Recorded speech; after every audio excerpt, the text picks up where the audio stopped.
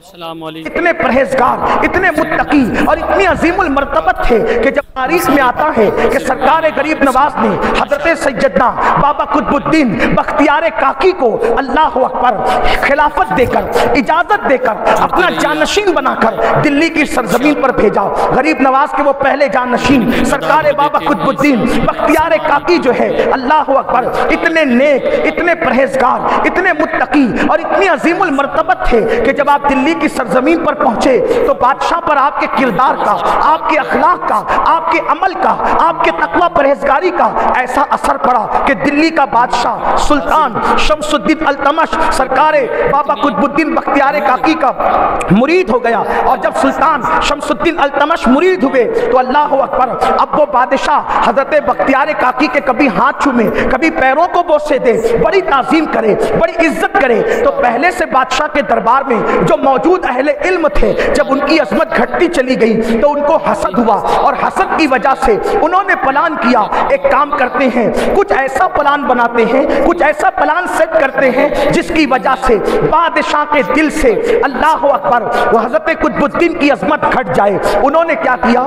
پیسے دے کر ایک فاحشہ، ایک رقاصہ، ایک بدکار عورت کو تیار کیا کہ بادشاہ کی بگی میں بیٹھ کر روزانہ عصر کے بعد سیر کے لیے، دریا کی سیر کے لیے بختیار کاکی جاتے ہیں۔ بادشاہ قدموں میں ہوتا ہے، بختیار کاکی اوپر بیٹھتے ہیں۔ اللہ اکبر، یہ بختیار کاکی کون ہے پتہ ہے؟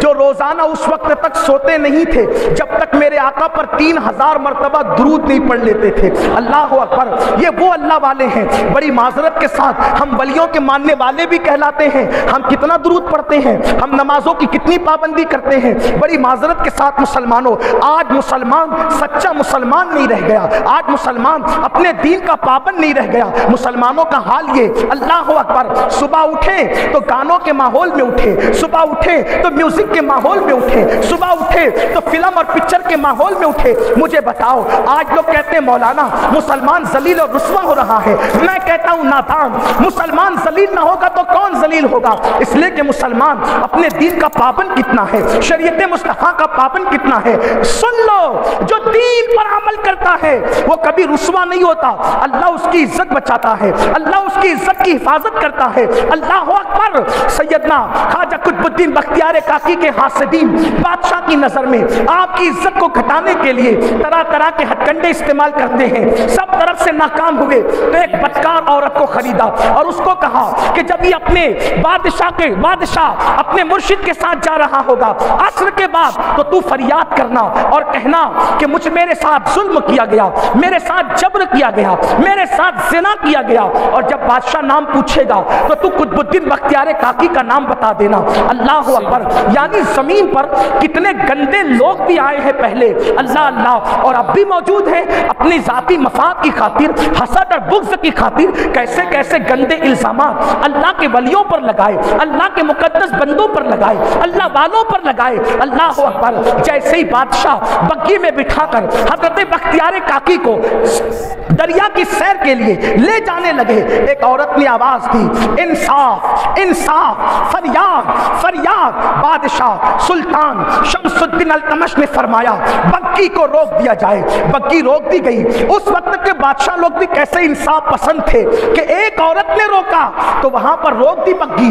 آج تو اگر کوئی معمولی سا کارپوریٹر بن جاتا ہے تو وہ بھی کسی کو اہمیت دینے کے لیے تیار نہیں، وہ بھی کسی کو سلام کرنے تیار نہیں، لیکن وہاں بادشاہ ہے اور کوئی فریاد کر رہا ہے تو بگی روک دی جاتی ہے۔ بگی روکی گئی، بادشاہ نے نظریں جھکا لی اور کہا کہ اے خاتون کیا بات ہے؟ اس نے کہا مجھے انصاف چاہیے۔ بادشاہ نے کہا انصاف ملے گا، یقیناً انصاف ملے گا، بتاؤ بات کیا ہے؟ کہا مجھ پہ ظلم ہوا ہے، میرے ساتھ زنا ہوا ہے، میرے ساتھ بدکاری کی گئی ہے۔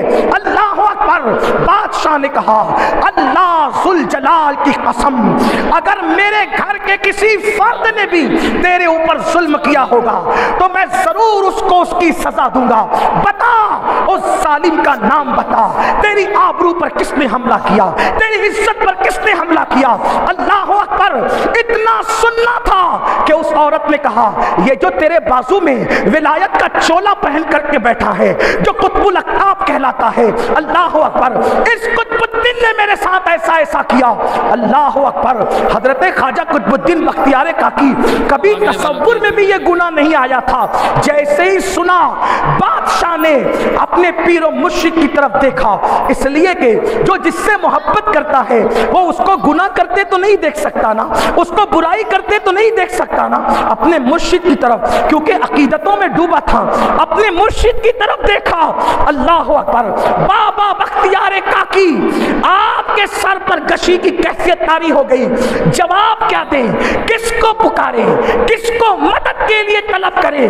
فوراً خیال آیا اگر اس مشکل وقت میں بختیار کاکی کی کوئی مدد کر سکتا ہے تو وہی کر سکتا ہے جو علی کا لاڈلا بیٹا, فاطمہ کے جگر کا ٹکڑا, حسنین کریمین کا جانی, ارے جو دین کا معین ہے وہ میری مدد کیوں نہیں کر سکتا. حضرت قطب الدین بختیار کاکی نے وہی کھڑے کھڑے کہا, خواجہ دلی میں آپ نے بھیجا تھا, میری عزت کی حفاظت کرنا آپ کا کام ہے. گویا کہ کہہ رہے ہوں بگرداب بلا افتادہ کشتی, ضعیفانو شکستہ رات پشتی, بھاگ کے خواجہ عثمان ہارون, مدد کن یا معین الدین چشتی, مدد کن یا معین الدین چشتی. پیر کو مدد کے لیے غریب نواز کو پکارا, غریب نواز کو پکارا. اللہ اکبر. جتنے حاسدین دشمن تھے پلان بنا کر بھاگتے آئے, مارو کاٹو قتل کرو سنسار کرو, اس طرح کی باتیں کر رہے تھے. اور بابا قطب الدین اپنے پیر کی سے التجا کر رہے تھے. اللہ اکبر. ایک لمحہ بھی نہ گزرا تھا, زبان سے نکلا مدد کن یا معین الدین چشتی. لوگوں نے کیا دیکھا, غریب نواز اپنا عصا ٹیکتے ہوئے, مجمع چیرتے ہوئے مجمع کے بیچ میں آ کر تشریف لاتے. بابا قطب کو دیکھ کر کہا, قطب الدین کیوں یاد کیا, قطب الدین کیوں یاد کیا. میں کہتا ہوں میرے امام نے نعت میں یہ شعر کہا, مگر میں اس کو منقبت میں کہتا ہوں, واللہ یہ سن لیں گے, واللہ یہ سن لیں گے, فریاد کو پہنچیں گے. اتنا تو ہو کوئی کہ آہ کرے دل سے, کوئی پکار کر تو دیکھے, کوئی آواز لگا کر تو دیکھے, کوئی صدا لگا کر تو دیکھے. اس لیے کہ ہندوستان میں غریب نواز کو بھیجا ہی اس لیے گیا ہے کہ جاؤ اور مصطفیٰ جان رحمت کی بے سہارا امت کا سہارا بن جاؤ, ان کے مددگار بن جاؤ, ان کے غمگسار بن جاؤ. اللہ اکبر. پوچھا, پلک جھپکتے پہنچے, پوچھا کیسے یاد کیا. بابا قطب کی زبان تو کام ہی نہیں کر رہی تھی, اس لیے کہ الزام اتنا بڑا لگا تھا, کام نہیں کر رہی تھی زبان. لیکن مرشد کو سامنے دیکھا, آنکھوں میں آنسو آ گئے, زبان کام نہیں کر رہی تھی. کیوں؟ اس لیے کہ جب کوئی اپنا نظر آتا ہے تو زبان گنگ ہو جاتی ہے اور آنسو فریاد کرتے ہیں, آنسو فریاد کرتے ہیں. اے ہندوستان کے کونے کونے سے آنے والوں, کبھی آپ کے ذہن میں یہ سوال تو آتا ہوگا, لوگ یہاں آ کر روتے کیوں ہیں, لوگوں کی آنکھوں میں آنسو کیوں آتے ہیں. ارے نادان, جب بچھڑا ہوا بچہ اپنی ماں سے ملتا ہے تو کیا ہمک ہمک کر نہیں روتا, اپنی مراد کے لیے ہمک ہمک کر نہیں روتا. پتہ چلا جس کو اپنا سمجھتے ہیں